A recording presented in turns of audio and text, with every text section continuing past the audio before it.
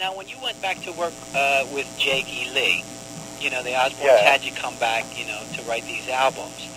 How was the situation, and I don't mean like necessarily vibe-wise or like the psychic energy of the thing, but how was the writing on those two albums that you did with Jake? How was that different from when you were working with Randy and Lee? The only difference really was that Tommy Aldridge was the drummer by then, and Tommy didn't sing, or so quite often if Ozzy wasn't around, Lee Kerslake, being a singer, would get a microphone and sing some rough scat vocal ideas, you know, just to give us an idea of where the song was going and how it could be used or shaped. And Lee would sing certain melodies and that would be useful to putting the song together. But the structuring and writing of the songs was really much the same, where a lot of it was just Jake and me sitting on a chair opposite each other, and Jake would say, oh, I've got this riff, or I've got this chord, you know, progression or whatever, and we'd work on it together and turn it into a song.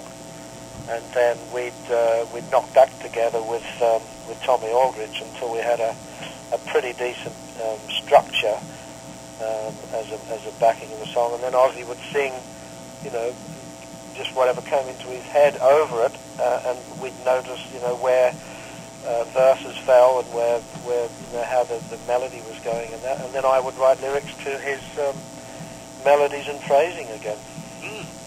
Bob, what would you say is the best advice you would give some of our students who want to develop their lyric craft?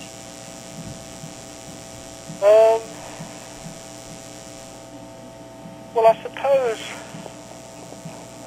I don't know, I read a lot of stuff, you know, that was inspirational, but I was also inspired by true life things as well, you know, like I say, Suicide Solution, Ozzy drinking a lot, it was my message really indirectly and subliminally to him. Right. And things like, you know, I don't know, Crazy Train even, you know, because Randy had this pedal board with different effects on it, and then one day he plugged it in, he had this sound in it, and I said, God, it sounds like a train. It was sort of chugging with the thing ticking over. Oh, okay. And I said, it sounds like a crazy train. And then Ozzy had this saying, just in his general conversation, he had this saying as he'd say, oh, you're off the rails, or right. I'm going off the rails, or, and so that became the lyrics. I'm going off the rails on a crazy train, because also philosophically I was sort of looking at the situation of the world of, here we are, young lads, just been through, you know, the threat of nuclear holocaust after, you know, the Second World War and the arms race and all the rest. I know Ozzy was always petrified of the threat of the Third World War and all that sort of thing, with the Americans and Russians threatening each other and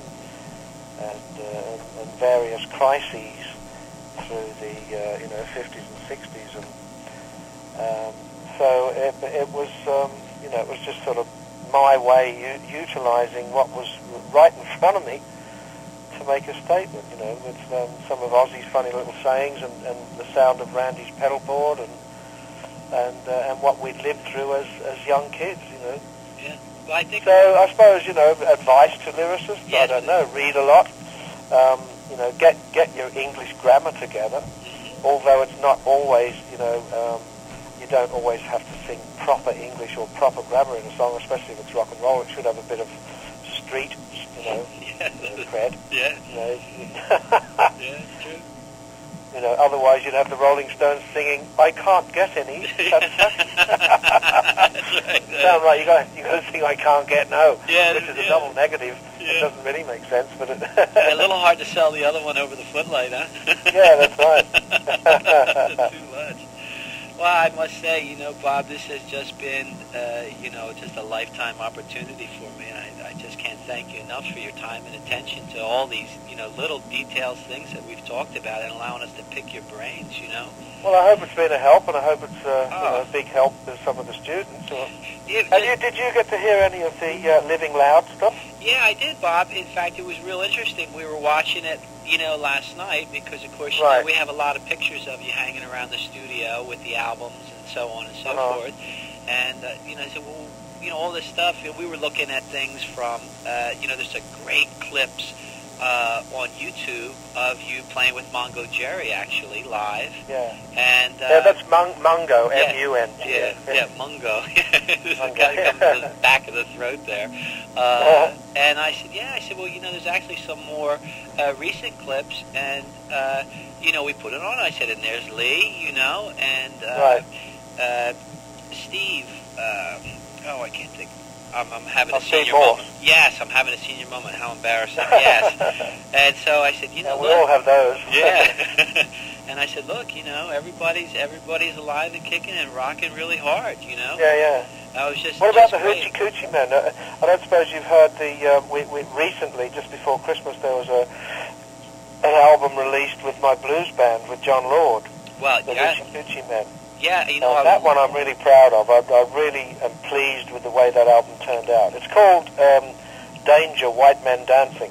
But how can we get it here in the States, Bob? Well, you can get it from Amazon. Oh, yes, okay. Yeah. Well, there you go. Yeah, it's a good album, though. I'm really pleased with that one. I think you'd like that one. It's blues, but it's blues with a hard rock edge, and some really, and Ian Gillan's on a couple of tracks, and Jimmy Barnes is on a couple of tracks, and it's like I say, blues, but it's interesting, well-arranged blues. Check it out. It's a good one. Oh, yeah. Well, we'll definitely do that, for sure. Yeah. Oh, it's wonderful. Bob, it's been really beautiful, and I can't thank you enough for your time. Okay, then we'll say hi to Kath, and I will. All the best to you both, and good luck to the students and the school, and look after yourself. Okay, thanks again, Bob. All right, Jim. All right, night now. Okay, then. Bye-bye.